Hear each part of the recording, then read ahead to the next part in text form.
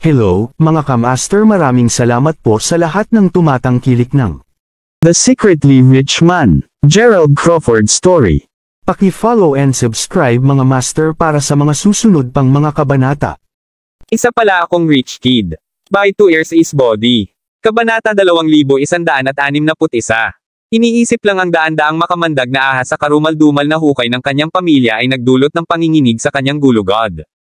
Umiling-iling, alam ni Amare na kailangan niyang manatiling nakatutok. Ngayong gabi ang pinakamahusay niyang pagbaril sa pagpatay kay Gerald.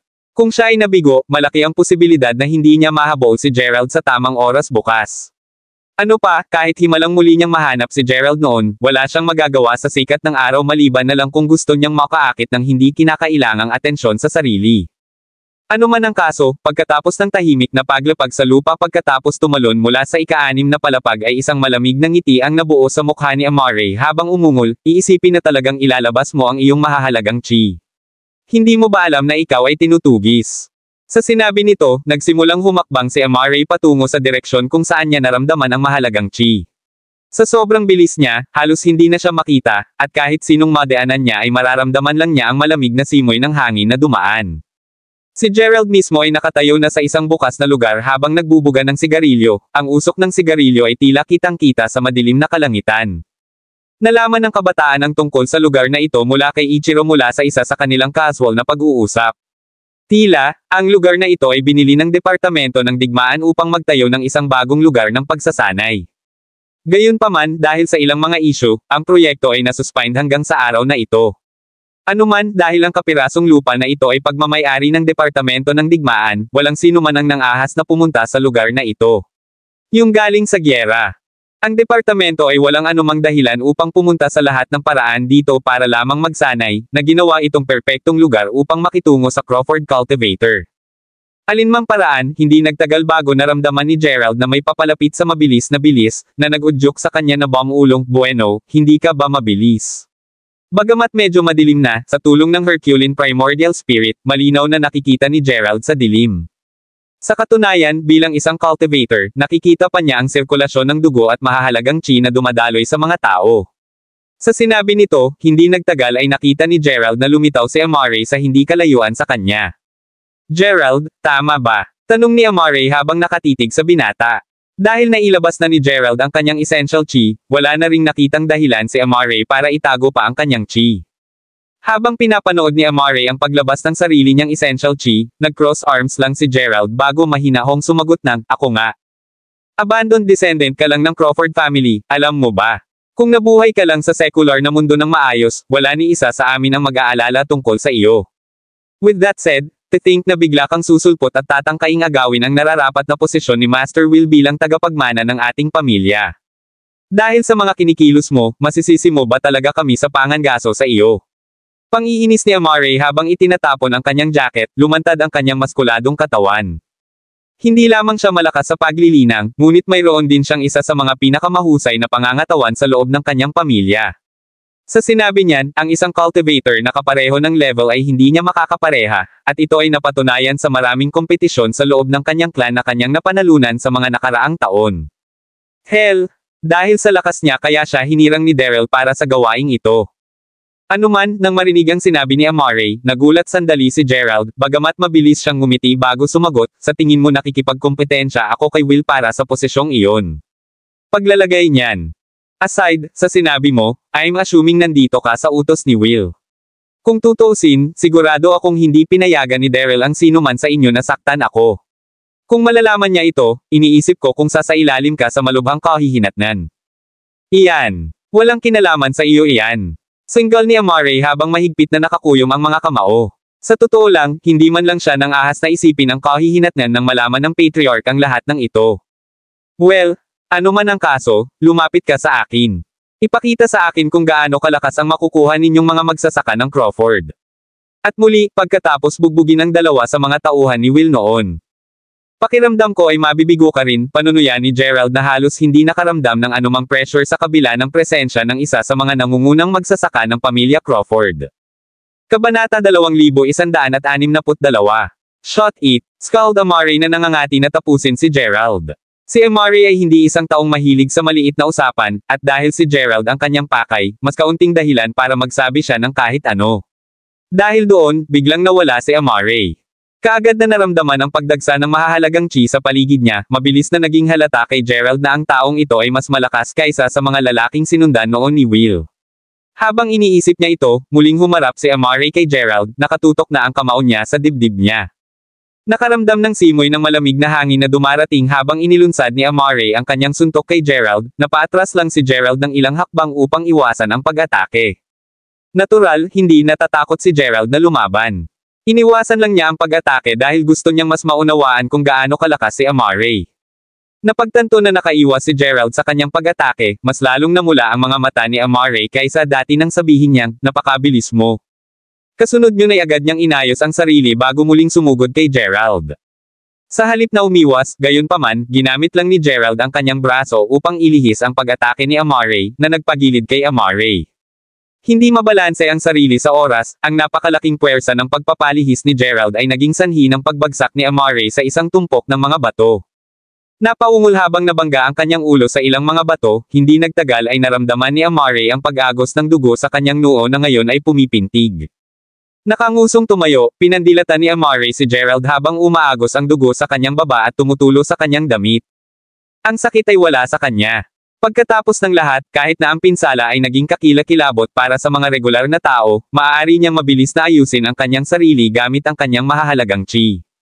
Gayunpaman, hindi iyon nagligtas sa kanya sa kahihiyan ng pagkatisod ng napakatanga sa harap ni Gerald.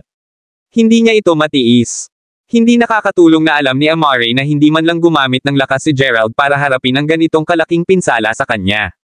Ang eksenang ito ay hindi gaanong nakakahiya kung siya ay hindi sapat na malakas o nasugatan dahil sa kanyang kawalang ingat. Hindi kailanman naramdaman ni Amare ang pagpigil nito sa loob ng maraming taon niya sa pamilya Crawford. Habang pinag-iisipan ni Amare ang lahat ng ito, hindi napigilan ni Gerald na mapailang bago sinabing, "Mukhang hindi ka naman ganoon kagaling sa martial arts. Para sa iyong kaalaman, ginamit ko lang ang pinaka-basic na mga diskarte sa Tai Chi kanina. Iyon lang ba ang kailangan para matalo ka?" Kabanata 2163. Makalipas ang ilang segundo, maririnig ang isang muffled na putok ng baril, na sinundan ng tunog ng isang bagay na umiihip sa ere sa bilis ng liwanag. Makalipas ang ilang segundo, isang bala ang lumipad sa lugar kung saan unang nakatayo si Gerald, na tumama sa isang bato at naging dahilan upang ito ay sumabog sa 1,000,000 piraso. Kung hindi nag-react si Gerald ng maaga, tiyak na tumagos ang bala sa puso niya. Kahit na mayroon siyang essential chi para protektahan siya, alam ni Gerald na sa huli, ang essential chi ay tatagas lamang ng hindi mapigilan, na magiging sanhi ng pagkasira ng kanyang katawan na hindi papayag na makabawi siya. Pinunasan ng dugo sa kanyang baba gamit ang kanyang manggas, hindi napigilan ni Amare na mapangiti, mukhang marami ka nang nasaktan. Nobelang drama. Sa tulong ng hindi kilalang salarin, alam na ngayon ni Amare na tiyak na mapapatay niya si Gerald. "Mind your own business," sagot ni Gerald habang huminga ng malalim, bago nagpakawala ng napakalaking nakamamatay na aura. Si Gerald, for one, alam na kung ang hindi kilalang sniper na ito at ang Crawford cultivator ay magtutulungan, may pagkakataon na hindi siya makakalabas ng buhay ngayong gabi. Pagkatapos ng lahat, kahit na ang kanyang Herculean primordial spirit ay malakas, hindi nito ginawang hindi siya magagapi. Ano pa, hindi pa rin niya nagamit ang buong kapangyarihan ng kanyang espiritu. Anuman, ang naunang shot ay natural na mula sa Vulture. Matapos sabihin sa kanya ni Kai na nasa training ground si Gerald, patuloy na binabantayan ni Vulture si Gerald, matiyagang naghihintay ng pagkakataong mag-strike. Bagamat maaari niyang patayin si Gerald ng mas maaga sa araw, hindi niya nais na lumikha ng isang magulong eksena dahil kasama si Gerald sa pangkat ng pagsisiyasat, na ipinaliwanag kung bakit siya naghintay hanggang ngayon upang kumilos. Kahit na ito ay mas madilim na ngayon, ang patuloy na pagsigaw ni Amare ay naging madali para sa Vulture na sabihin kung sinong figure ang kay Gerald. Gayunpaman, isipin na maaaring iwasan ni Gerald ang kanyang pag-atake. Habang kanina pa niya kinukutya ang ideyang kasing lakas ng sinabi ni Gerald si Kai, ngayon naman ay nagsisimula ng maniwala si Vulture sa mga sinabi ni Kai. Pagkatapos ng lahat, ang kakayahang makaiwas sa gayong tumpak na pag-atake sa napakaikling panahon ay isang bagay na hindi inaasahan ng ordinaryong tao. Ano man ang kaso, itinapon ni Vulture ang kanyang sniper rifle bago mahusay na tumalon sa ika-4 na palapag. Tinitiyak na hindi siya masyadong mabilis mahulog sa pamamagitan ng pagtapak sa mga gilid ng gusali, hindi nagtagal ay bumagsak si Vulture sa lupa at nagsimulang maglakad patungo sa dalawa. Nakataas ang isang bahagyang kilay, naudyukan si Gerald na magtanong, "And you are?" "Basta malaman mo na nandito ako para kunin ang buhay mo." No further questions, panunuyan ni Vulture. Habang pinapanood ang lalaking nakasuot ng trench coat, cap, at kahit isang itim na maskara ay mabilis na lumapit, tinitigan ni Gerald ang malungkot na mga mata ni Vulture bago itinaas ang kanyang manggas at sumagot, "I see." Pagkatapos ay sabay nating ayusin ito. Mula nang maalis niya ang tatlong malalaking angkan sa Yanem, hindi pa siya nagkaroon ng maayos na labanang ganito. Alinmang paraan, pagkatapos gamutin ang sugat sa kanyang noo, tumingin si Amare kay Vulture bago sumigaw, "Magtulungan tayo para ibaba siya, kuya." Gayunpaman, hindi sumagot si Vulture. Sa halip, paimpol siyang naglabas ng isang makintab na bayonete sa kanyang likuran bago sumugod kay Gerald. Habang hindi siya kasing bilis ni Amare, medyo mabilis pa rin siya. Tutal, inaway na niya si Gerald sa isang kisap mata. Nang makita iyon, hindi nag-aksaya ng oras si Amare at agad na pinakilos ang kanyang mahahalagang chi bago sumugod din. Alam naman ni Amare na kailangan niya ang tulong ni Vulture para tapusin si Gerald kahit wala siya. Ideya kung sino si Vulture o kung anong mga salungatan niya kay Gerald. Kabanata 2164. Anuman, ang Vulture at Amare ay hindi nag-aksaya ng oras sa paglulunsad ng isang mabangis na pag-atake kay Gerald mula sa magkabilang panig. Kahit na ang Vulture ay hindi kasing lakas ni Amare, ang kanyang natatanging kakayahan sa pakikipaglaban ay nakabawi para doon. Para naman kay Amare, kahit nakulang siya sa arsenal ng mga kasanayan ni Vulture, lahat ng kanyang mga pag-atake ay nilagyan ng mahahalagang chi. Sa pag-iisip na iyon, alam na alam ni Gerald kung gaano nakakamatay ang tambalang ito. Isang dumula sa kanyang tagiliran at tiyak na magderanes siya ng matinding pinsala.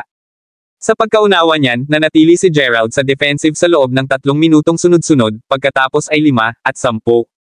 Sa kabila ng pagiging dalawa sa isang labanan, si Gerald ay hindi malapit sa pagiging dehado habang siya ay umiiwas sa kanilang mga pag-atake. Sa katunayan, kayanan niyang magpalusot ng mga sipa at suntok. Dahil sa mga pag-ataking iyon, kalaunan ay nagawang pilitin ni Gerald ang Vulture na magsimulang umatras sa kanya. Sa huli, hindi tulad ni Gerald at Amare, ang Vulture ay walang suporta ng mahahalagang chi. Sa madaling salita, umaasa siya sa sarili niyang lakas sa buong laban na ito, at nagsisimula na siyang bumagal. Alam na alam ng buwiter na nagpatuloy ito, sa kalaunan ay mahihirapan siyang panghawakan ang mga pag-atake ni Gerald ng mag-isa. Habang iniisip ito ni Vulture, napansin ni Gerald ang isang nakalantad na mahinang bahagi ng binawi ni Vulture ang kanyang braso. Dahil sa ayaw niyang palampasin ang pagkakataong mag-strike, agad na sinuntok ni Gerald ang dibdib ni Vulture. Agad na nanlaki ang mga mata habang namumutla ang kanyang mukha, mabilis na napaatras ng ilang hakbang si Vulture, napahawak sa kanyang dibdib at humihingal sa buong oras. Kung ordinaryong tao lang si Vulture, maaaring matamba siya ng suntok na iyon o mapatay pa siya. Gayunpaman, malayo sa karaniwan ang pangangatawan ni Vulture, kaya nagawa pa rin niyang tumayo. Gayunpaman, hindi iyon nangangahulugan na hindi siya nakaranas ng malaking pinsala. Dahil sa sobrang sakit ng kanyang dibdib sa tuwing humihinga siya, naisip ni Vulture na ilang buto sa kanyang ribcage ang nabali, na nagreresulta sa mga sirang buto na tumutusok sa kanyang mga organo.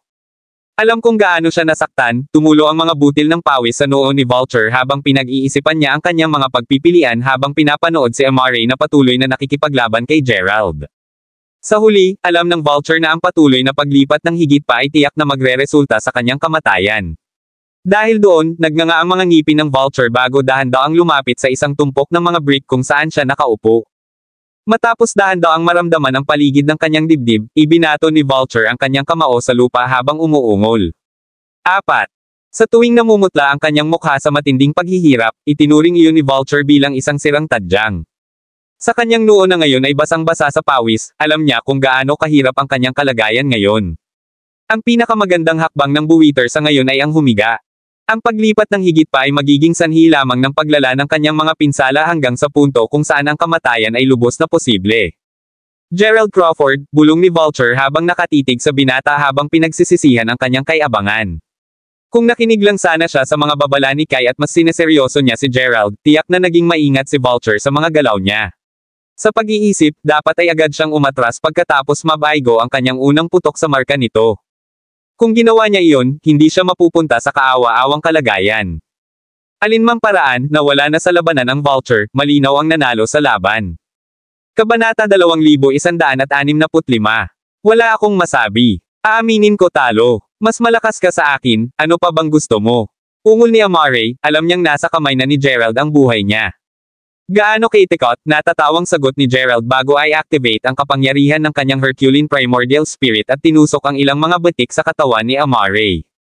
Pansamantalang pinaralisa ngayon ni Gerald si Amare, at nang matapos siya, inihagis niya sa lupa ang talunang lalaki.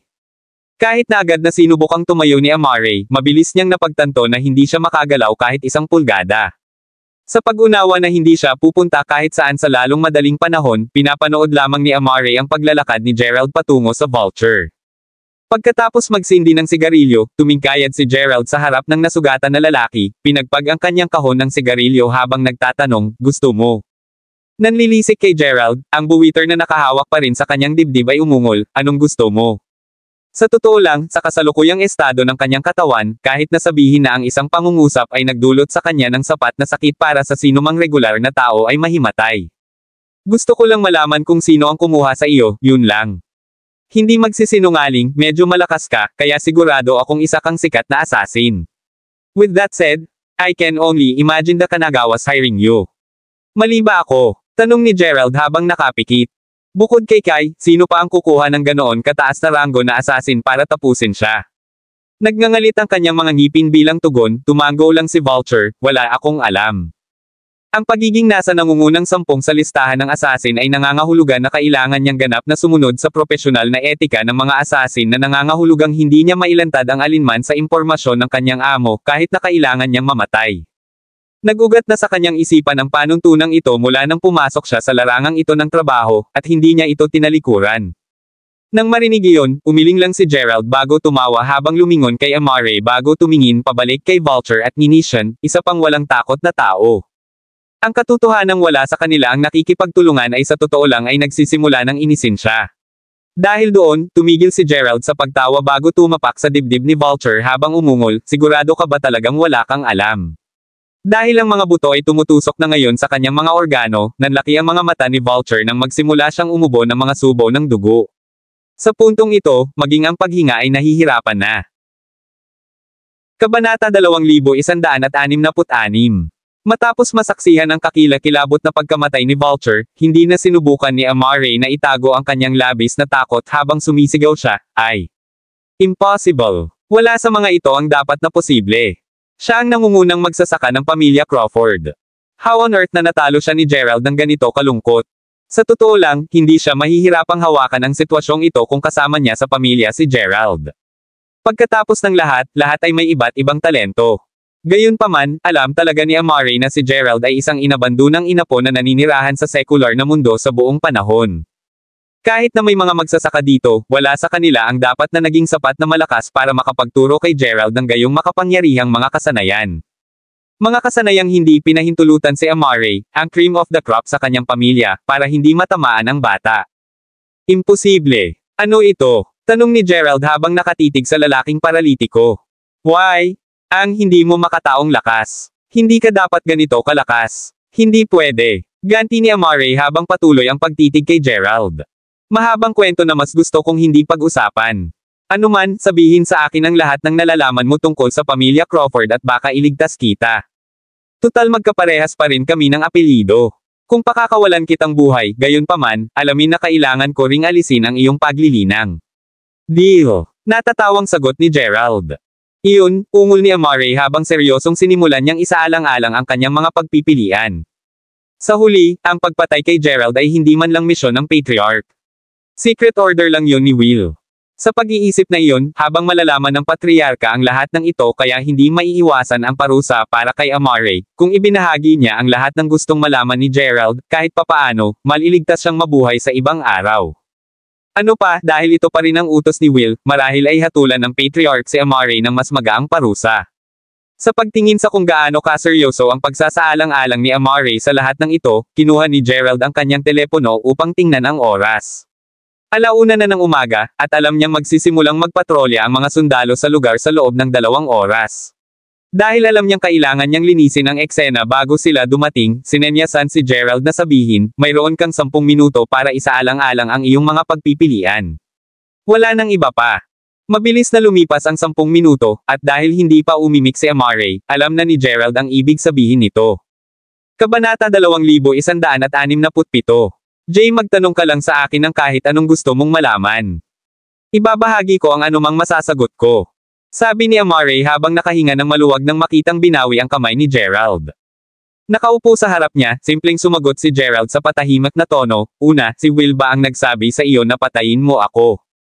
Ay, ito ay. Kita mo?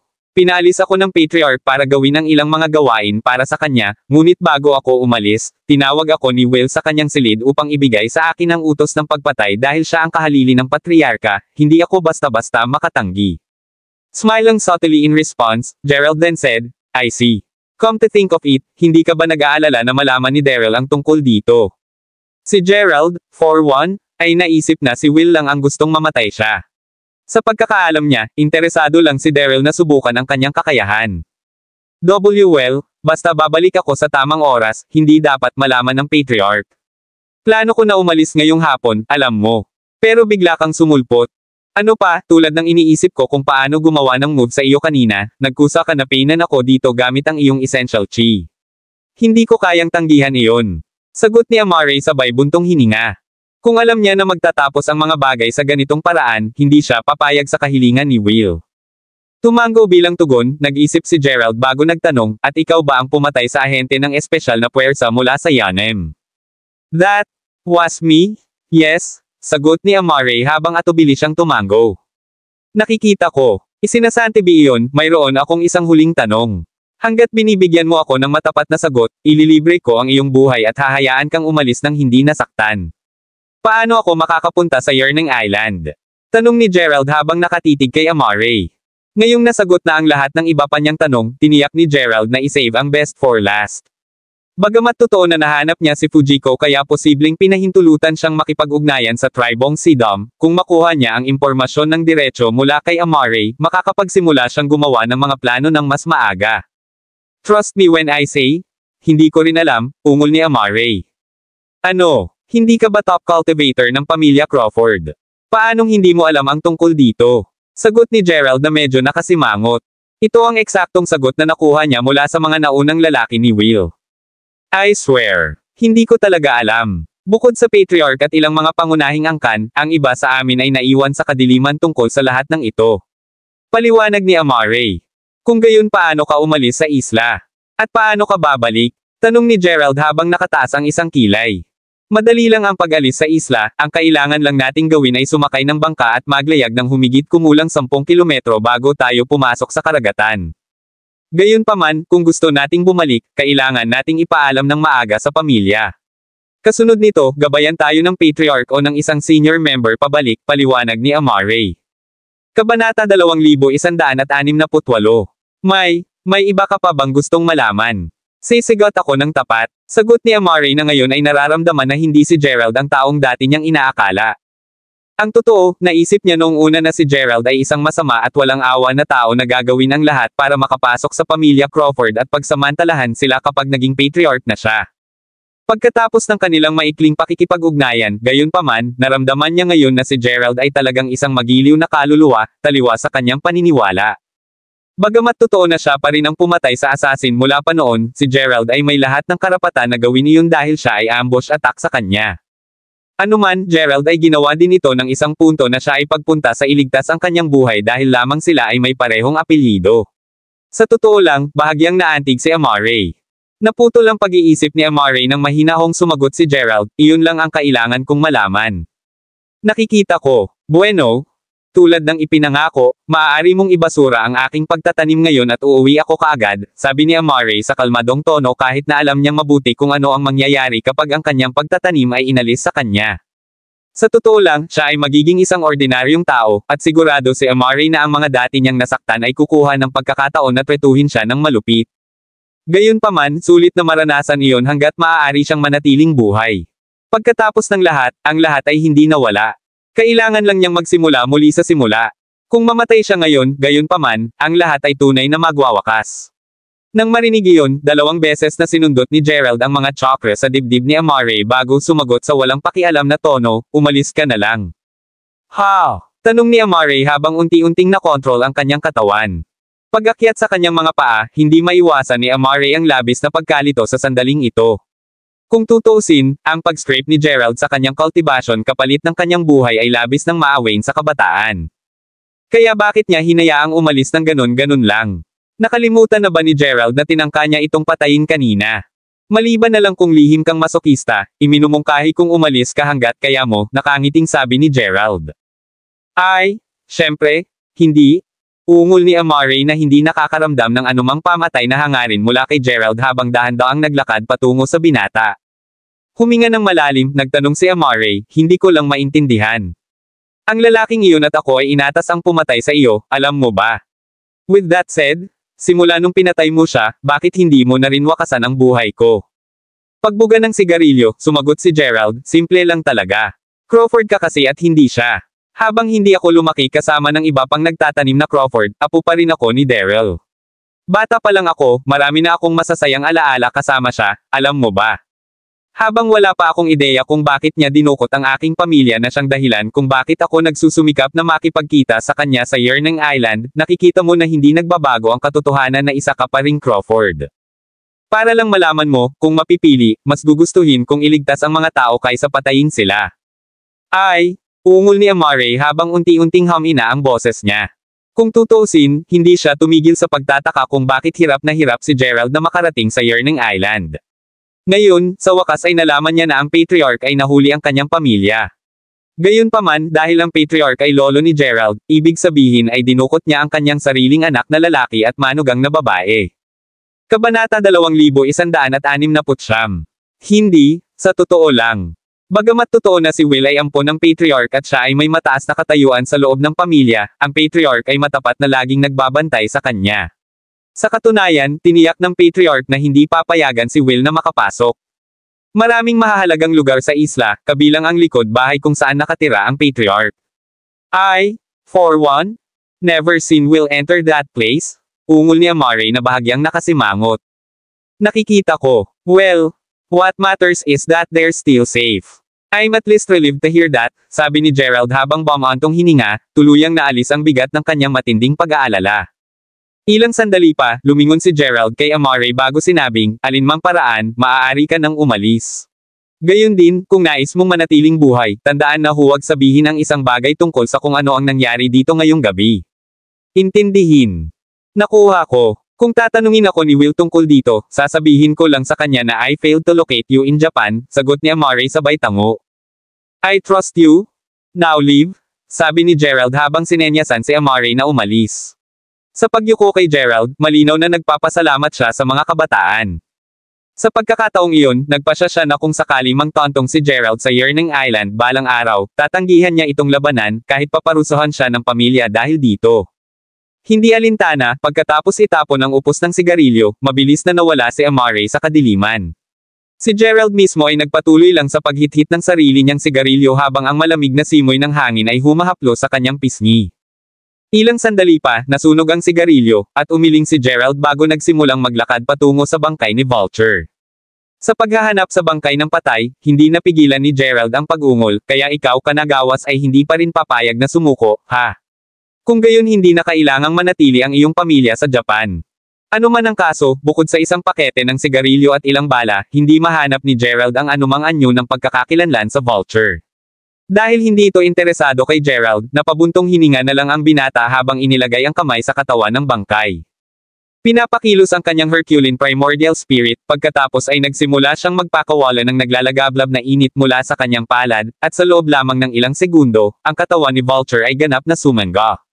Dahil ginamit ni Gerald ang kanyang essential chi para gawin ang gawa, kahit na ang amoy ng bangkay ay hindi nananatili.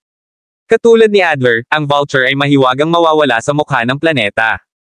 Alinmang paraan, ngayong naalagaan na iyon, mabilis na tumalikod si Gerald para umalis. Maya-maya pa ay nakarating na siya sa kanyang guest room kung saan makikita si Master Ghost at Aiden na matigang naghihintay sa sofa. Nang makita si Gerald, agad na tumayo si Aiden bago sinipat ang katawan ni Gerald habang nagtanong, Kuya Gerald. Hindi ka naman nasaktan, di ba? Kabanata 2170. Kaya, hinayaan mo lang siya para humingi ng tulong kapag nakarating ka na sa isla. Tanong ni Master Ghost. Sa pag-iisip, ito pa rin ang katotohanan na ayaw kong pumatay ng isa pang Crawford, sagot ni Gerald habang umiiling. Sa kung gaano kahalaga sa kanya ang pagliligtas sa kanyang mga magulang, hindi nagtiwala si Gerald sa alinman sa tulong ni Crawford sa paglinang. Kung ganoon ang kaso, hindi mo ba pinalaya ang isang tigre pabalik sa mga bundok?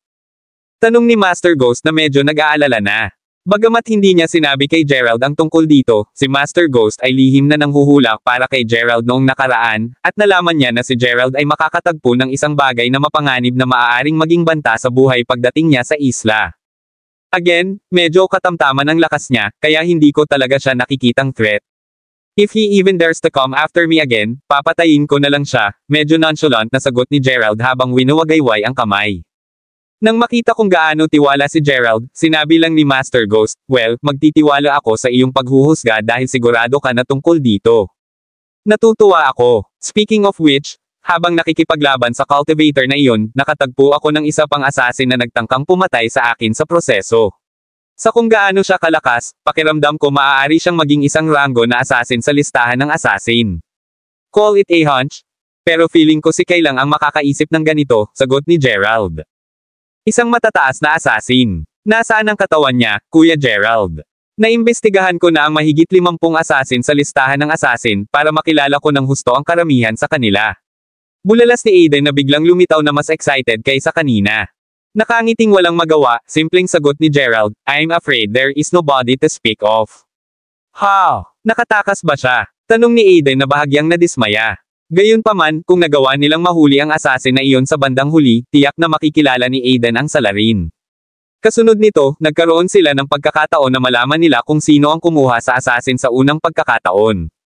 Hindi naman. Ang sinasabi ko, sinisingaw ko ang bangkay niya. Paliwanag ni Gerald. Nakita na ni Aiden kung ano ang kaya ni Gerald kaya halos hindi siya nahirapang tanggapin ito. Dahil doon, napabuntong hininga lang si Aiden bago sumagot sa medyo dismayadong tono, I see. Nakakahiya. Masarap iwan siyang buhay. Well, wala nang saysay na pag-usapan pa siya. Paano ang mga bagay sa iyong katapusan? Tapos na ba ang competition? Tanong ni Gerald. Oo nga, kahit na ilang araw pa bago namin makuha ang mga resulta. Habang hindi ako kasing galing ni Miss Fujiko, hindi naman siguro ako masyadong nakascore. Sa katunayan, mayroon akong pakiramdam na dapat akong maging malapit sa tuktok. Paliwanag ni Aiden habang iniisip ang performance niya noong mga nakaraang araw. Ang sarap pakinggan. Well, dahil wala namang gagawin pansamantala, makipag-ugnayan muna tayo kay Fujiko para pag-usapan ang tungkol sa pananatili namin sa kanyang pamilya. I'm saying it now that you two have to be extra careful from now on. Pagkatapos ng lahat, sabay-sabay na kaming nakikipag-ugnayan sa isang napaka-prestihiyosong pamilya at isang pamilya ng mga assassin. Bagamat hindi ko karaniwang nakikitang banta ang Kanagawas, naniniwala pa rin ako na si Kai ang kumuha sa assassin na pinatay ko kanina. With that said, please be alert at all times, ani Gerald habang pinaikit ang mga mata. Kabanata 2171. Sige, sagot ni Gerald. Mabilis na lumipas ang kalahating oras, bumalik si Aiden na may dalang pagkain sa malapit na convenience store. Kasunod nito, umupo ang tatlo sa paligid ng mesa at sabay na kumain. Sa totoo lang, pagkatapos kumain ng napakaraming Japanese food, nagsimula na nilang makita ang apil sa lasa nito.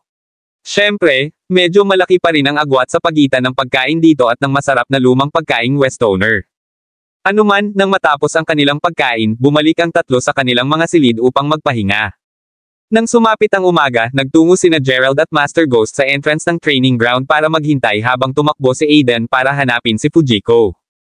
Ilang sandali pa, gayunpaman, ang duo ay nakasalubong sa halip na si Ichiro at ang kanyang sekretarya. Nang mapagtanto ni Ichiro na nakaimpake na si Gerald para umalis, sinabihan ni Ichiro ang kanyang sekretarya na maghintay sa gilid habang mabilis itong naglakad patungo kay Gerald bago sinabing, "Oh, aalis na, Kuya Gerald." Talaga, tapos na yung kaibigan ko sa competition niya, so I may as well na umalis na lang ako sa kanya, paliwanag ni Gerald sabay tango. Nakikita ko, nakakahiya na kailangan mong umalis bago malutas ang kaso. Anuman, dapat kong banggitin na habang nag-iimbestiga kami kaninang umaga, may lumabas na tao sa isa sa mga hotel kagabi. Sinundan siya ng aming mga surveillance camera hanggang sa puntong pumasok siya sa isang baog na lugar na napakalayo para makuha ng huling kamera. Sa madaling salita, ang kaina-hinalang individual ay dapat na matagal nang wala na, ungol ni Ichiro sa medyo dismayadong tono. Ang huling surveillance camera. Ipagpalagay ko na wala kang anumang mga camera na nakaset up sa baog na lugar, kung gayon. Tanong ni Gerald kahit alam niya ang sagot sa tanong niya. Bueno, hindi makatuwirang maglagay ng mga surveillance camera sa isang baog na lugar. Alinmang paraan, malamang na napagtanto ito ng lalaking iyon at ginamit niya ito sa kanyang kalamangan upang makatakas. Gayunpaman, mayroon kaming larawan niya at ilang footage tungkol sa kanya, kaya kung nagawa naming mag-issue ng warrant, maaari naming masubaybayan siya. Paliwanag ni Ichiro na walang pakialam na ibahagi ang lahat ng ito kay Gerald.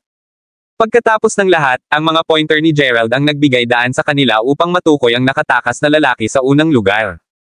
Nodding in response, Gerald then replied, I see. All the best sa paghuli sa kanya. Sa totoo lang, nakakatuwa si Gerald sa sitwasyon. Pagkatapos ng lahat, sa kung gaano kabila si Amare, sigurado si Gerald na madali niyang naiiwasan ang pangkat ng pagsisiyasat at iniwan ang mga hangganan ng Japan ng hindi napapansin. Kahit na madulas si Amare at matagpuan siya ng pangkat ng pagsisiyasat, hindi nila siya magagawang saktan. Ano man ang kaso, sumaludo si Ichiro habang ipinahayag niya, salamat, Kuya Gerald. Dapat nating pag-usapan ito ng aking ama. Sa kung gaano kalaki ang isyu na umabot sa punto kung saan nagsimulang kumuha si Kai ng mga international assassin, mas gugustuhin kung hindi ako mismo ang gumawa ng huling tawag, ungol ni Fujiko habang umiiling, nag-udyok kay Gerald na tumahimik. Bandang tanghali na nang makarating silang apat sa Futaba Manor. Buti na lang at hindi na naramdaman ni Gerald ang mga nagtatago sa malapit. Alinmang paraan, sa pagbaba ng sasakyan, ang grupo ay sinalubong ng paningin ng sekretarya ni Takuya na kanina pa naghihintay sa kanila sa labas. Nang makita sila, mabilis na hinawakan ng sekretarya ang mga dala ni Fujiko bago sinabing, Miss Fujiko. Mr. Crawford, pumasok ka, hinihintay ka na ng master. Tangulang bilang tugon, pumasok ang grupo sa manor, at hindi nagtagal, nadatnan nila si Takuya na naghihintay sa kanila sa parlor. Nang makatayo siya nang makita niya sila, sumulyap si Takuya kay Aiden at Master Ghost bago tumingin kay Gerald at bumulalas, bumalik ka na. Sinabi ko na sa aking mga katulong na maghanda ng mga engranding pagkain kaya bilasin mo na. Kung tungkol sa dalawang kapatid na lalaki sa likod, magayos na lang kayo sa bahay at sumama sa amin. Tumango bilang tugon, ang grupo ng 5 ay pumasok sa dining room at umupo sa paligid ng mesa. Nang makaupo, si Fujiko ay sinenyasan na sabihin, may kailangan akong sabihin sa iyo, ama. Oh, ano ito? Tanong ni Takuya habang nakatingin sa anak. Bago pa makapagsalita si Fujiko, mabilis na sumabad ni Gerald, it's nothing major. Tiyak na makakapaghintay ito hanggang matapos ang tanghalian. Alam naman ni Gerald na kapag sinabi ni Fujiko kay Takuya ang lahat ng ito bago ang tanghalian, malamang na mawawala ng gana si Takuya. Ang pagsasabi sa kanya ng kaunti sa ibang pagkakataon ay hindi pa rin makakagawa ng malaking pagkakaiba. Biglang nakita ang mga bagay mula sa pananaw ni Gerald, mabilis na idinagdag ni Fujiko, oo, talagang makakapaghintay ito. Nakikita ko. Well, pagkatapos ng tanghalian ito ay.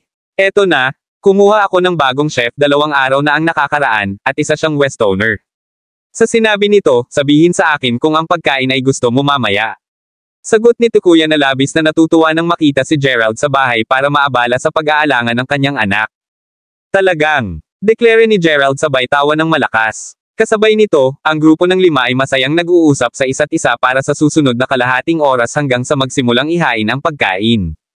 Nang makitang malapit na silang kumain, mabilis na tumahimik si Takuya bago sinabing, lamang upang gawing malinaw ang mga bagay, ang mga kaibigan ni Gerald ay aking mga kaibigan, kaya kayong dalawa ay hindi magkakaroon ng maraming mga patakaran na naghihigpitan sa iyo sa loob ng manor. Sa sinabi niyan, kahit na gusto kong hayaan kayong dalawa na manatili dito ng ilang araw at posibleng makakuha pa ng isang taong gagabay sa inyo para sa isang paglilibot, ang manor ay hindi eksakto ang pinakaligtas na lugar para manatili kayo ngayon. Alam na alam ni Takuya na hindi niya kayang pasanin ang pananagutan ng mga pinsala ng dalawang iyon kung hahayaan niya silang manatili dito at may nangyari sa kanila. Pinunasan ang sariling lalamunan, pagkatapos ay sumagot si Gerald, well, nakikita mo, pinaplano kong hayaan silang manatili dito sa oras na. Mahihirapan akong maghanda ng 2 guest room para sa kanila na malapit sa tinutuluyan ko. Pero, ikaw, sa lahat ng tao, dapat alam mo ang kasalukuyang kalagayan ng pamilya ko, Kuya Gerald. Kung mananatili sila rito, malaki ang pagkakataon na sila ay, ungol ni Takuya, mukhang nahihiya. Trust me when I say na mas delikado para sa kanila kung hindi sila mananatili dito. Huwag kang mag-alala, sisiguraduhin kung mananatili silang ligtas. Kahit na may mangyari sa kanila, ako ang mananagot. Wala sa mga ito ang may kinalaman sa mga futabas. Nakangiting deklara ni Gerald. Dahil sinabi mo iyon. Fine. Papayag ako. Ikaw dyan, ayusin mo ang dalawang guest room malapit sa kwarto ni Mr. Crawford.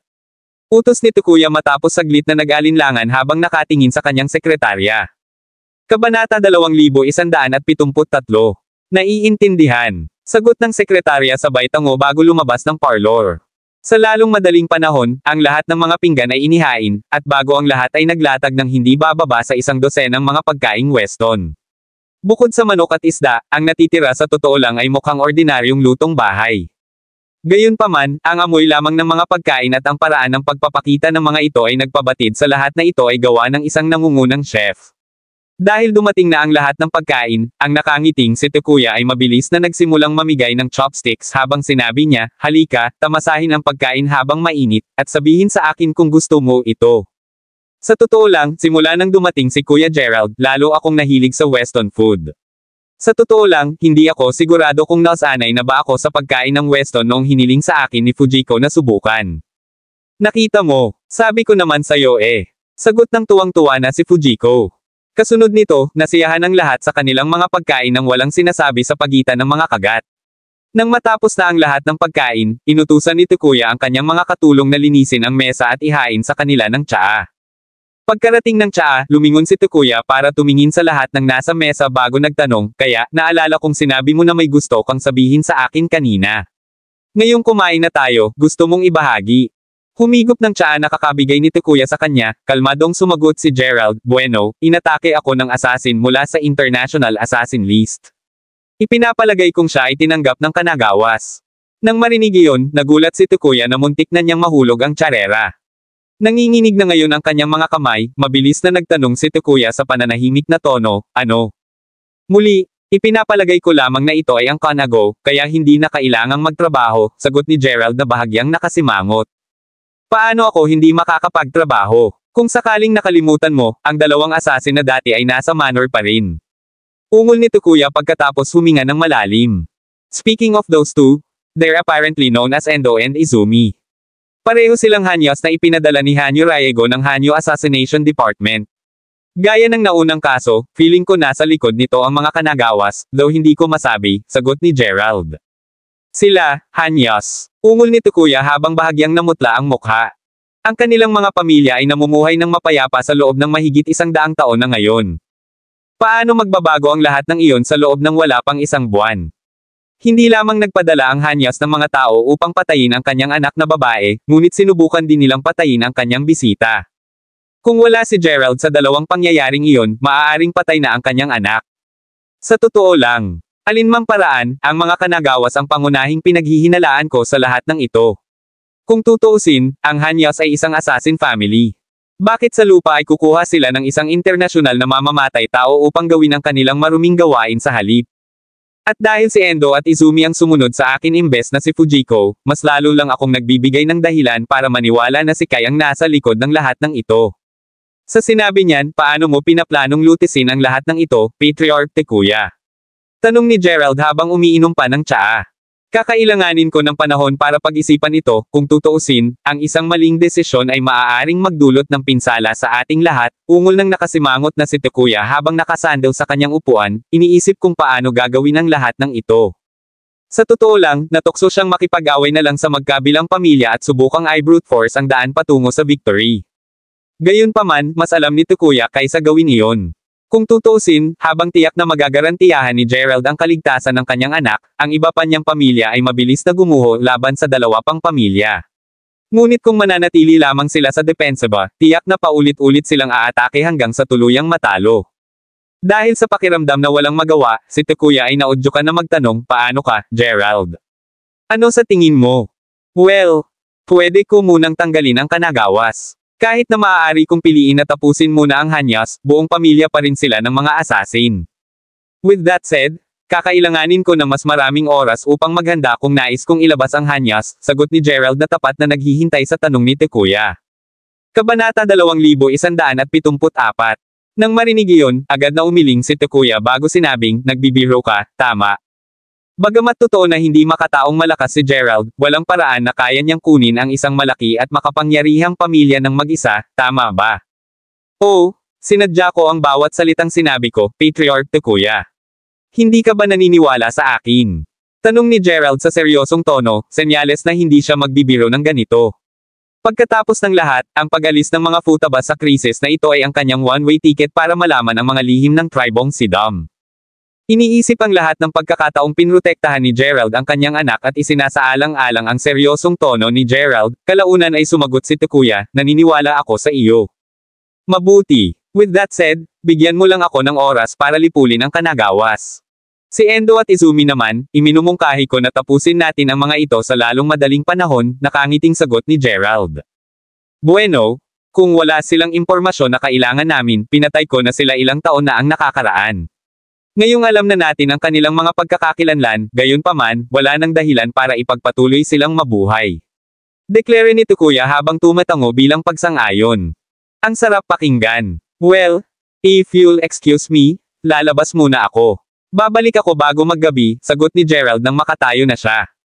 Oh, para saan? Tanong ni Takuya. Pupunta lang ako kung nasaan ang mga Yamashita. Mayroon pa akong ilang mga katanungan na nangangailangan ng pagsagot, sagot ni Gerald na naalala ang pangako ng matanda sa kanya noon. Nahirapan pa rin si Gerald. Para maniwala na tinulungan sila ng matandang iyon na makalagpas kay Rayego. Nang marinig iyon, saglit na natigilan si Takuya Ash at napabulalas, alam mo ang Yamashites. Sa totoo lang, bago iyon, nakontak mo na ba sila dati, father? Tanong ni Fujiko na naalala lang ang sinabi ng matandang iyon sa kanya noon. Ha? Bakit ko sila makontak? Kung meron ako, hindi magiging ganito kahirap ang pamilya namin ngayon. Kung tutuusin, may mga nakakatakot na chismis na ang mga Yamashita ay may mga ninja sa kanilang pamilya. Sagot ni Takuya habang umiiling. Ngunit, ang sabi ng matandang iyon, ungol ni Fujiko, halatang nalilito.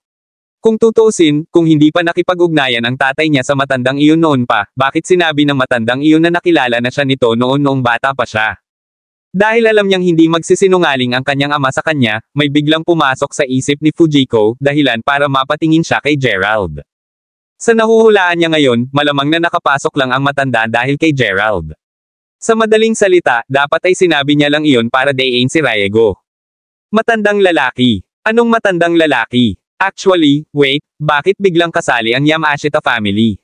Tanong ng nalilitong Takuya. Basta alamin mo na hindi ito masamang bagay, Patriarch Takuya. Regardless, aalis na ako ngayon. Kung may mangyayari, siguraduhin kong sasabihin sa iyo pagbalik ko, sagot ni Gerald. Nang marinig iyon, nakahinga ng maluwag si Takuya bago sinabing, sige, kung gayon, mag-ingat ka. Habang pinagmamasdan si Gerald na papunta sa labas, mabilis na bumangon si Fujiko at sumigaw ng, teka. Sasama ako sayo.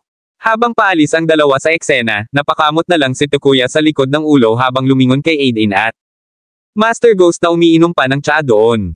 Basta alam mo, lahat ng ito ay nangyari nang wala tayo. With that said, walang kwenta ang pagtatanong tungkol sa sitwasyon mula sa amin, Patriarch Takuya, paliwanag ni Master Ghost. Kabanata 2175. I see. Sige, magpahinga muna kayong dalawa. Kung may kailangan ka, sabihin mo lang sa akin, sagot ni Takuya, na alam niyang hihintayin lang niya ang pagbabalik ni Gerald kung may gusto siyang sagot. Pagbalik kina Gerald at Fujiko, mabilis na sumakay ang dalawa sa isa sa mga kotse ng futaba at nagsimulang magmaneho papunta sa tinitirhan ng mga Yamashita. Habang papunta sila doon, hindi maiwasan ni Fujiko na tumingin kay Gerald habang nagtatanong, ikaw, wala ka talagang alam tungkol sa matandang iyon. Para kay Futaba, parang Rubik's Cube si Gerald. Sa kabila ng katotohanan na nakatira siya sa kanyang asyenda at halos isang buwan na niya itong kilala, pakiramdam niya ay kakaunti pa rin ang alam niya tungkol sa kanya. Fujiko, ikaw at ang iyong pamilya ay mga lokal at halos wala kang alam tungkol sa kanila. Ano sa tingin mo ay may alam ako tungkol sa mga Yamashita? Upang maging medyo lantad, pupunta ako doon upang malaman ang higit pa tungkol sa matandang lalaki na iyon, sagot ni Gerald habang umiiling. Nakikita ko. Gayunpaman, kung mayroon tayong mga Yamashita na umalalay sa atin, tiyak na magiging mas maayos ang mga bagay-bagay, ungol ni Fujiko na napabuntong hininga. Kahit na siya ang Queen of Soldiers, mas mahina pa rin siya kaysa sa kanila. Bagaman mahirap ang mga bagay-bagay, handa akong ipaglaban ang lahat ng ito, sagot ni Gerald na tumango. Hindi nagtagal, nagsimulang magdilim ang langit. Noon sa wakas ay nakitang muli ng dalawa ang tigang na bundok. Nang nasa paanan na sila ng bundok, ipinarada ni Gerald ang sasakyan doon. Nasa teritoryo sila ngayon ng Yamashita, at alam niyang hindi malayo ang lugar kung saan siya nakalaban ng mga Hanyo assassin. Gayunpaman, sa paglalakad pa sa teritoryo, kapwa nila napagtanto na ang mga bangkay ay naalis na. Bagamat hindi na nanatili ang tanggal ng dugo, sa pagbibigay pansin, ang mga tuyong mantsa ng dugo ay nanatili pa rin sa lupa. Maliban kung binaligtad ng mga Yamashita ang lupa o nagdagdag ng isang layer ng lupa sa ibabaw, ang mga mantsa ng dugo ay malamang na mananatili sa loob ng 1 o 2 buwan. Sa kakaunting tao talaga ang pumunta rito, maliit lang ang pagkakataon na matapakan din ang mga mantsa, kaya mas matagal na nakikita ang mga mantsa. Maya-maya, 8 lalaki ang bawat isa na may hawak na longsword na nakasuot ng tradisyonal na Japanese na kasuotan ang lumapit sa dalawa. Nang tumayo sila sa harap ng dalawa, nagtanong ang isa sa mga lalaki, "Sino kayong dalawa?" Pagbati, "Ako si Futaba Fujiko mula sa pamilyang Futaba. Nandito ako para bisitahin ang pamilya mo," sagot ni Fujiko sa magalang na tono. Dapat mong malaman na ang mga Yamashita ay hindi tumatanggap ng mga bisita, kaya mangyaring umalis ka agad. Kung napagtanto ng mga matatanda na narito ka, tiyak na mapaparusahan kami. Sagot ng parehong lalaki. Bago iyon, hayaan mo akong magpaliwanag ng kaunti. Kita mo, pumunta kami dito ilang araw na ang nakalipas at nauwi sa pakikipaglaban sa mga Hanya sa mismong lugar na ito. Noon, isang matandang Ginoo ang pumasok upang tulungan kaming ayusin ang mga bagay-bagay, at sinabi niya sa akin na bumalik sa ibang araw. Gamit ang sinabi, narito ako ngayon, kaya mangyaring iulat ang aming pagdating sa kanya, kuya, paliwanag ni Gerald na hindi maiwasang makaramdam na siya. Nakikipag-usap sa isang naglilinang na pamilya sa Weston. Kung tutuusin, base sa kanilang pananamit at sa mga sinabi nila, tila itinataguyod pa rin nila ang mga tradisyong naipasa sa libu-libong taon. So ikaw ang Westoner na pumatay sa lahat ng Hanyo assassin na iyon? Sagot ng lalaki na bahagyang nagulat habang sinisilip si Gerald mula ulo hanggang paa. The one and only, nakangiting sabi ni Gerald. Nakikita ko, mangyaring maghintay dito habang iniuulat ko ito, kung gayon. Sa totoo lang, bago iyon. Kung gusto mong lumaban sa susunod, mangyaring huwag dito. Buong araw kaming naglilinis sa lugar na ito, alam mo ba? Nakakapagod na, ungol ng lalaki at tumango siya. Humihingi ako ng paumanhin sa lahat ng abala, sagot ni Gerald na may nakakatakot na ngiti. Mas mabuting maging. Tingnan mo na lang ang mga bahid ng dugo. They're almost impossible to remove, sabi ng lalaki habang nakaturo sa mga mantsa habang umiiling. Kasunod noon ay sabay-sabay na umalis ang 8 lalaki. Kabanata 2176. Sa isang maikling sandali, ang lalaki ay bumalik na nag-iisa bago sabihin, inanyayahan ka ni Elder. Salamat sa pagpapadala sa kanya ng mensahe, sagot ni Gerald habang inilagay niya ang kanyang palad at kamao bago pumasok sa lugar kasama si Fujiko. Matapos maglakad ng halos 10 minuto, sa wakas ay nakarating ang duo sa bahay ng matanda. Yamang hindi ginagabayan sila ng lalaki doon, ang duo ay nagpunta dito mula lamang sa memorya. Hindi alintana, habang itinulak ni Gerald ang bukas ng pintuan ng bahay, siniguro niyang ulong na pinag-uusapan kung saan, sa sandaling nakatagpo natin ang matanda, huwag sabihin ang isang bagay. Gusto ko muna siyang subukan. Panipi. Nakuha ito, sagot ni Fujiko na may tumango. Gamit nito, ang duo ay lumakad patungo sa parlor kung saan makikita ang matandang lalaki na nakaupo sa sahig ng tatami. Bago siya, ay isang kettle ng bote, at sa kabila ng napansin ang pagkakaroon ni Gerald at Fujiko, hindi siya gumagalaw ng 1 pulgada. Alam na ang matandang lalaki ay maaaring magsalita sa wikang Weston at dahil wala ng ibang tao sa paligid, hindi nag-abala si Gerald sa pagsasalita sa kanyang awkward na Hapon at simpleng sinabi, bibisitahin kita, matandang lalaki. Kaya mayroon ka. Tapos na ba ang kompetisyon? Tanong ng matandang lalaki nang lumingon siya upang tumingin kay Gerald. Natapos lang ito, sagot ni Gerald habang nakaupo siya sa harap ng matanda. Nakikita ko, narito ka ba upang magtanong tungkol sa kung bakit ako tinulungan ka noon? Tanong ng matanda habang nagsilbi siya ng ilang tsaa sa parehong Gerald at Fujiko. Medyo, sagot ni Gerald na walang nakita na dahilan upang magsinungaling. Ang katotohanan ay sinabihan, ayaw ko lang na magkaroon ka ng ibang salungatan sa taong iyon. Pagkatapos ng lahat, pinatay mo na ang ilan sa kanyang mga tauhan sa puntong iyon, at hindi ko nais na linisin ang higit pang mga katawan. Kaya't mayroon ka nito, ang dahilan na pinayagan kita na mag-sneak, paliwanag ng matandang lalaki na may ngiti habang hinuhubaran niya ang kanyang balbas. Panipi tuldok. Tunay ba iyon? Tanong ni Gerald sa kaunting kawalan ng paniniwala. Ano ang iba pang mga kadahilanan? Pagkatapos ng lahat, hindi pa kami nakilala bago sa puntong iyon sa oras. Alinmang paraan, dahil narito ka na, bakit wala kang tsaa sa akin? Tanong ng matandang lalaki habang gestured siya sa teacup bago si Gerald. Pagkuha ng pahiwatig ng matandang lalaki, lumingon si Gerald upang tumingin kay Fujiko bago sabihin, maaari ka bang tumingin sa labas ng sandali, Fujiko? Mayroong isang bagay na nais kong talakayin sa kanya ng pribado. Panipi. Patawarin mo ako, kung gayon, sagot ni Fujiko nang makarating siya sa kanyang mga paa at umalis sa silid. Tiniyak ni Gerald na sundan siya sa pintuan bago isara ito sa likuran niya. Gamit ang pintuan ngayon, lumingon si Gerald upang tingnan ang matanda bago kalmado na nagsasabing, ngayon na nag-iisa kami, maaari mong sabihin ang anumang nais mo, tiniyak ko sa iyo na ang anumang sasabihin mo ay hindi umalis sa silid na ito. Oh, nakakagulat na marami kang alam, bata. Sagot ng matandang lalaki na may isang chuckle. Well, tinulungan mo kaming makatakas sa Riego sa araw na iyon. Ano pa, ipinahayag mo pa na ikaw ay isang Westoner bago kami umalis. Paano ko malalaman na marami pa sa kung bakit mo ginawa ang lahat? Sabi ni Gerald.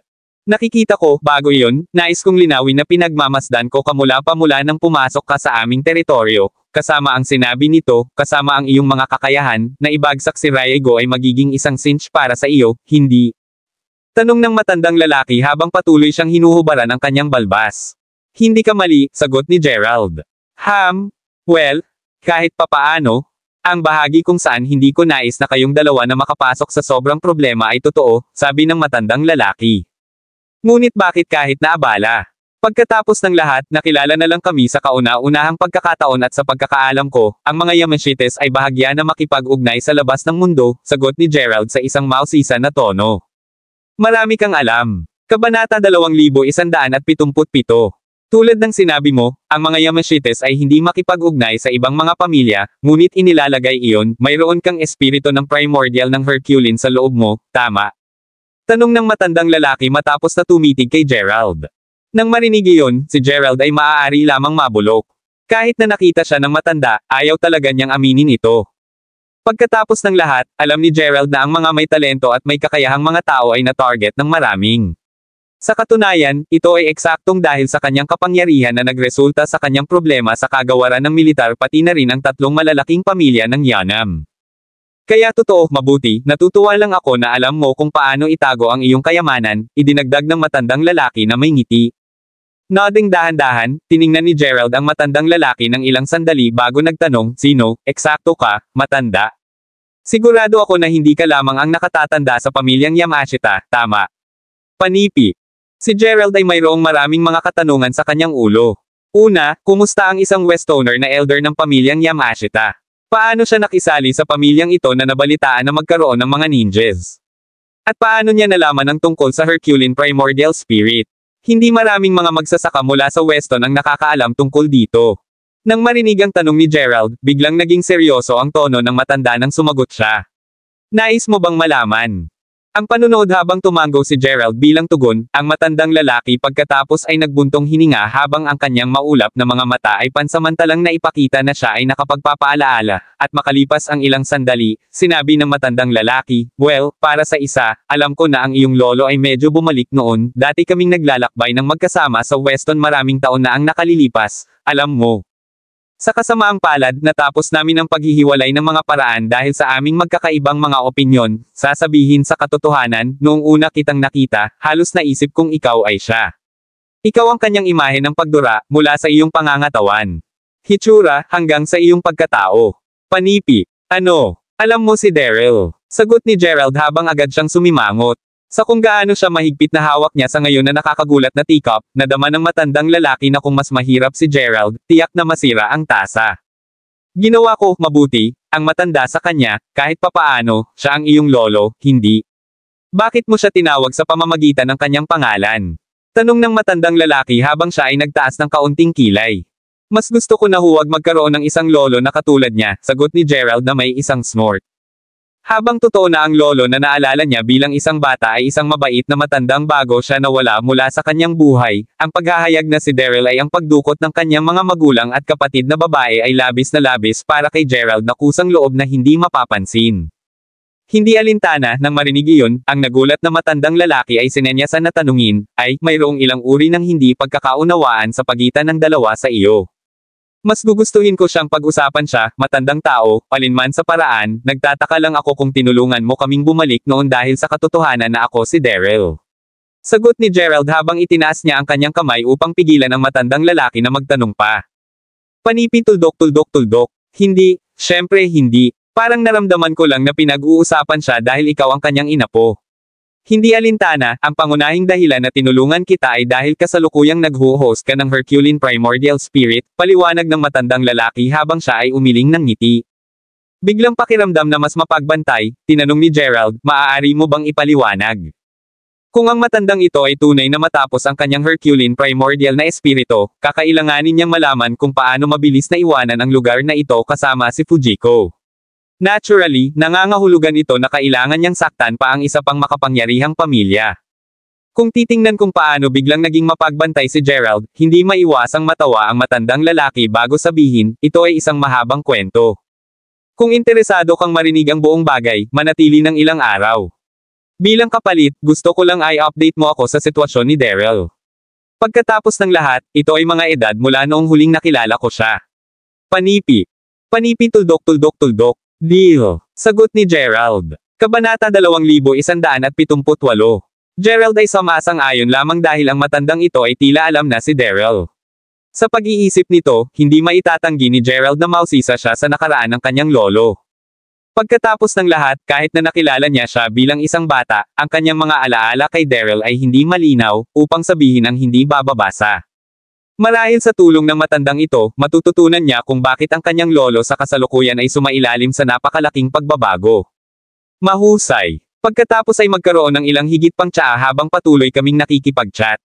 Maghahanda ako ng isang silid para sa inyong dalawa ngayong gabi. Kung saan, hindi ba ito mataas na oras na sinabi mo sa kanya na bumalik sa loob? Pagkatapos ng lahat, wala talagang itago. Bukod, kayong dalawa ay mag-asawa, hindi. Sagot ng matandang may ngiti. Alam mo, sabi ni Gerald habang kiniskis niya ang likuran ng kanyang ulo. Habang hindi namin direktang makipag-ugnay sa mga mula sa labas ng mundo, hindi nangangahulugang naiwan tayo tungkol sa kung ano ang mangyayari doon, sagot ng matandang lalaki. Hindi alam kung paano tumugon doon, inanyayahan muli ni Gerald si Fujiko, siguraduhing isara ang pintuan ng masikip sa sandaling nasa loob siya. Pagkatapos ng lahat, hindi niya nais ang anumang mga estranghero na naririnig ang anumang bagay tungkol sa nakaraan ni Daryl. Kapag si Gerald at Fujiko ay nakaupo sa hapag, ang matandang lalaki na humahawak sa isang tasa ng mainit na tsaa ay dahan-daang nagsimulang tamba ng paulit-ulit habang sinabi niya, tingnan natin, ito ay mga 50 taon na ang nakalilipas nang mangyari ang insidente sa pagitan ko at ng iyong lolo. Tulad ng nangyari, si Daryl at ang matandang ito ay dating mga alagad ng Brecken Longman, isang sikat na magsasaka sa Weston, kahit papaano. Ang pag-aaral sa ilalim ni Brecken sa itaas ng isang burol, ang dalawa ay nakatatanda at junior nang hindi bababa sa isang dekada bago silang dalawa ay nagtapos. Pagkatapos ng pagtatapos, bumalik si Daryl sa kanyang pamilya, determinado na gawin itong umunlad. Tulad ng para sa matandang lalaki, pinili niyang sundin si Daryl, na nais na tulungan ang kanyang senior. Ito ay nang magsimulang tumaas ang pamilyang Crawford sa ranggo sa mundo ng paglilinang nang magsimulang magkaroon ng magkakaibang pananaw si Daryl at ang matandang lalaki. Para sa isa, nais ni Daryl na dalhin ang Crawford sa sekular na mundo. Ang kanyang plano ay ang paggamit ng kapangyarihan ng pamilya kapalit ng kayamanan. Gayunpaman, ang matandang lalaki ay laban dito. Pagkatapos ng lahat, ang mga magsasaka sa Weston ay bahagya na nakisali sa sekular na mundo, gayunpaman ay nagmumungkahi si Daryl na magsimula ng isang negosyo. Dahil sa kanilang magkakaibang mga pananaw, sa huli, ang dalawa ay nagtapos sa mga paraan ng paghiwalay. Matapos umalis sa pamilyang Crawford, ang matandang lalaki ay naglakbay sa mundo hanggang sa kalaunan, natapos siya na napili upang maging matanda ng pamilyang Yamashita matapos na tulungan ang pamilya kapag kailangan nila ito. Matapos marinig ang panig ng matandang lalaki, hindi maiwasang makaramdam si Gerald. Tulad ng para sa matandang lalaki, pagkatapos ay nagbuntong hininga siya bago idagdag, kaya, oo, iyon ang na-summarize na bersyon ng nangyari, iniisip muli, ang desisyon ng iyong lolo ay matapat na tama. Pagkatapos ng lahat, tunay na isinasaalang-alang niya ang hinaharap ng pamilya. Panipi. Habang totoo na itinuturing ng matandang lalaki na bumalik sa Weston bago ito, siya ay simpleng lumaki na upang manatili dito sa puntong iyon. Ano man ang kaso, si Gerald na hindi narinig ang tungkol sa lahat mula sa kanyang ama bago simpleng tumango bilang tugon.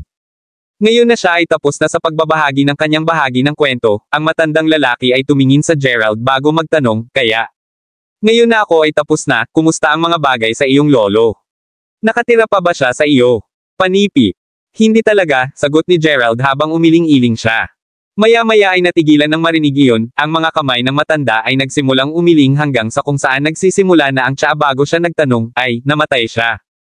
Siya ay buhay at maayos, kahit na wala na siya sa pamilyang Crawford, o dapat kong sabihin, wala na siya sa lumang pamilyang Crawford, sagot ni Gerald na may isang mapait na ngiti. Upang maging ganap na matapat, lihim niyang inaasahan na si Daryl ay ang parehong lolo na dati niyang nakilala bilang isang bata. Kabanata 2179. Ano ang ibig mong sabihin sa iyon? Tanong ng matandang lalaki, malinaw na nalilito. Well, iniwan niya ang aking pamilya upang magtatag ng isang bagong paglilinang ng pamilya Crawford sa isang isla na lampas sa dagat ng Yanam na sa kasamaang palad ay hindi ko pa nahahanap, sagot ni Gerald. Siya, nagtatag ng isa pang pamilyang Crawford. Ngunit hindi yun maaaring. Pinahahalagahan ng matandang Daryl ang kanyang pamilya kaysa sa kanyang dating buhay. Sa sinabi nito, bakit ka lang niya iniwan at magtatatag ng isang bagong pamilya? Bulalas ng matanda habang ang kanyang mga mata ay nanlaki sa kawalan ng paniniwala. Ang pag-urong, sumagot lang si Gerald, pinalo ako. Ngayon naramdaman na naririnig niya ang isang bagay na mas katulad sa isang engkanto, tinanong ng matandang lalaki, tama, kaya, paano ang ugnayan sa pagitan ng dalawang pamilya? Well, ang aking pamilya Crawford ay hindi konektado sa isa pa. Dapat ko ring tandaan na ako lamang ang naiwan sa aking pamilya, paliwanag ni Gerald. Ano, kumusta naman ang mga magulang mo? Habang hindi ko alam ang tungkol sa iyo, malinaw kong naalala ang aking hipag na ipinanganak sa isang batang babae bago ako umalis. Iyon ay dapat na iyong kapatid na babae, di ba? Ano ang nangyari sa kanya at sa iyong mga magulang? Huwag mong sabihin sa akin ang lahat ng tatlo sa kanila ay nakatagpo ng kasawian. Sagot ng matandang may nakasimangot. Negatibo. Sa kasalukuyan, dinukot sila ni Daryl, ungol ni Gerald habang umiling-iling siya. Sila, ano? Ikaw, ginagawa mo lang ang lahat, tama? Tanong ng matanda sa kanyang lubos na pagkabigla. Pagkatapos ng lahat, ang lahat ng ito ay simpleng kakaiba. Ang kanyang matandang kaibigan ay hindi lamang magsisimula ng isang bagong pamilya ng kanyang sarili bago dinukot ang pamilya ng kanyang anak na lalaki at manugang, tama? Sa kasamaang palad, ito ang katotohanan. Ang aking mga magulang at kapatid na babae ay kasalukuyang nakalock sa isang lugar sa kanilang isla. Dapat ko ring tandaan na kahit na dinukot ng aking kasintahan sa Sun League, may pakiramdam ako nakasangkot ang aking lolo, sagot ni Gerald. Hindi mahawakan ang lahat ng impormasyong ito, ang matanda ay lumukso sa kanyang mga paa, ang kanyang mukha ay nagkakasundo sa kawalan ng paniniwala habang siya ay sumigaw, ano? Nagsasalita lamang ako ng katotohanan, ungol ni Gerald na matapat na nais ang lahat ng ito ay maging pekeng. Hindi makapaniwala. Malinaw kung naalala kung paano tinatrato ni Daryl ang iyong mga magulang at ang nalalabi sa iyong pamilya noon, paano ito naging. Sabi ng matandang lalaki habang dahan-daang umupo ulit. Si Gerald mismo ay nanatiling tahimik, hindi alam kung ano pa ang sasabihin tungkol kay Daryl. Bumalik noong siya ay 6 na, naisip niya na ang kanyang lolo ay ang mabait na tao na buhay, gayunpaman, isang araw, umalis lang siya, upang isipin na kapag sa wakas ay bumalik si Daryl sa sandaling si Gerald ay isang may sapat na gulang, ang kanyang unang hakbang ay ang pagdukot sa kanyang mga magulang at kapatid na babae. Ang Daryl na ito ay walang katulad na mahal ni Lolo Gerald. Hindi alintana, pagkatapos mag-isip ng ilang sandali, ang matanda ay nagtanong, nabanggit mo ang isang isla, di ba? Ano ang tinawag na isla? Panipi. Yearning Island. Sagot ni Gerald ng walang kaunting pag-aalangan. Dahil ang matandang lalaki ay lubos na may kakayahang at maging ang elder ng Yamashites, lihim na inaasahan ni Gerald na may alam ang matanda tungkol sa isla na iyon. Sa kasamaang palad, mabilis na nabigo si Gerald nang hinaampas ng matandang lalaki ang kanyang balbas bago umalog ang kanyang ulo at sinabing. Natatakot ako na hindi ko pa naririnig ang isla na iyon bago. Panipi tuldok. Huwag kang mag-alala, nalaman ko lang ang tungkol dito kamakailan, sagot ni Gerald habang siya ay nagbuntong hininga. Gayunpaman, hindi siya labis na nabigo dahil siya rin ang inaasahan na sagot na ito. Nakikita ko. Huwag kang mag-alala, susubukan ko ang aking makakaya upang hanapin ito para sa iyo. Dapat kong tukuyin na naniniwala pa rin ako na si Daryl ay hindi ang uri ng tao na gawin ang lahat ng ito ng walang magandang dahilan, binulong ng matandang lalaki habang umiling-iling siya. Kabanata 2180. Kasunod nito, iniwasan ng tatlo ang pakikipag-usap tungkol kay Daryl para sa isang habang pinipiling uminom ng kanilang tsaa sa halip. Maya-maya, ang matandang lalaki ay lumingon upang tumingin kay Fujiko bago magtanong. Ang Futabas ay nagkaroon ng matagal na pakikipagtalo sa Hanyas, tama. Maya-maya ay nahuli ang bantay, mabilis na nasnap ito ni Fujiko bago sumagot. Sa katunayan, bagaman, hindi ko inaasahan na malaman mo ang tungkol dito. Malalaman ko na ang mga Yamashites ay lubos na may kaalaman tungkol sa kung ano ang mangyayari na lampas sa aming teritoryo, anuman, habang alam namin ang tungkol sa iyong kaguluhan, hindi namin inaasahan na ang iyong mga pamilya ay talagang magsimulang mag-atake sa bawat isa, paliwanag ng matandang lalaki na ngayon ay mas mahusay na pakiramdam pagkatapos na hindi makipag-usap tungkol kay Daryl ng ilang sandali. Upang maging matapat, ang kaguluhan ay nagsimula lamang kamakailan. Habang hindi ko pa rin alam kung ano ang motibo ng pamilya ng Hanyo, bigla silang nagpadala ng mga mamamatay tao pagkatapos ng aking ulo ng ilang oras na ang nakaraan. Kung hindi nagpasok si Gerald upang matulungan ako noon, maaari akong mamatay doon, ungol ni Fujiko habang nagtataka siya kung ano ang nangyayari sa isipan ng mga miyembro ng pamilya ng Hanyo. Pagkatapos ng lahat, noong nakaraan, ang karamihan sa kanilang ginawa ay hindi pinansin ang pagkakaroon ng bawat isa ng tumawid ang kanilang mga pamilya. Nakikita ko, ang karagdagang pagsisiyasat ay tiyak na kailangan, na inilalagay ito sa ngayon, dahil sa kasalukuyang problema ng iyong pamilya, handa akong magpahiram ng kamay, sagot ng matandang lalaki. Ikaw, nais na tulungan ang Futabas? Tanong ni Fujiko habang lumingon siya kay Gerald. Mas partikular, ginagawa ko ito para sa kapakanan ni Gerald. Dahil kasalukuyang nakatira siya kasama ang iyong pamilya, natural lamang na sinisiguro kung mananatili siyang ligtas. Habang naruroon ako, maaari ko ring protektahan ang mga Futabas, paliwanag ng matandang lalaki. Kahit na, nagpapasalamat ako sa iyo mula sa kaibuturan ng aking puso. Sagot ni Fujiko na hindi sasabihin na hindi ito dahil nasa panganib pa rin ang kanyang pamilya. Sa tulong ng pamilyang Yamashita, nagkaroon na sila ng pagkakataon na tumayo laban sa Kanagawa at Hanyas. Nodding bilang tugon, ang matanda pagkatapos ay humarap sa kanyang bintana bago sumigaw, sige, tipunin ang ilan sa aming mga kalalakihan at sabihin sa kanila na magtungo sa Futaba Manor. Kapag naruroon ka na, sabihin sa tukuya na kaibigan mo si Gerald at hilingin mo siyang mag-ayos ng ilang mga silid upang manatili ka. Pagkatapos ng lahat, tiyaking panatilihin ang iyong mga mata na peeled sa lahat ng oras. Kung may sumusubok na maghanap ng problema sa Futabas, mapupuksa kaagad sila. Panipi. Halos kaagad pagkatapos, 12 ng mga yapik ang biglang naririnig na tumatakbo papunta sa malayo. Pagtaas ng isang bahagyang kilay, tinanong ni Gerald, sabihin, mayroon bang mga ninjas sa pamilyang ito? Sa katunayan, maaari mo bang ipakita ang isa sa akin? Tanong ni Gerald, na laging nais na makakita ng isang tunay na ninja. Nang marinig iyon, inilantad ng matandang lalaki ang kanyang palad at lahat ng biglaang, isang apoy ang lumitaw sa manipis na hangin. Mula sa masasabi ni Gerald, ang matandang lalaki ay hindi nagtatago ng anumang maaaring gumawa ng apoy. Ito ay halos kaimahimala. Tulad ng para kay Fujiko, labis siyang nagulat na ang kanyang bibig ay nakanganga sa puntong ito. Ang mga eksenang tulad nito ay nangyari lamang sa mga pelikula, paano ang alinman sa tunay na ito. Ang kapangyarihang kontrolin ng mga elemento ay isang tunay na kapangyarihan ng ninja, paliwanag ng matandang lalaki habang ang apoy ay dahan-daang namatay. Kahit na, ang init ng apoy ay nanatili. Ang mga ninjas ay talagang umiiral. Muttered Gerald, pakiramdam na medyo nasa sabik ngayon. Maraming salamat mga Kamaster sa walang sawang pagsusubaybay, isang like, share, and subscribe naman dyan mga Kamaster. Abangan ang susunod pang mga kabanata.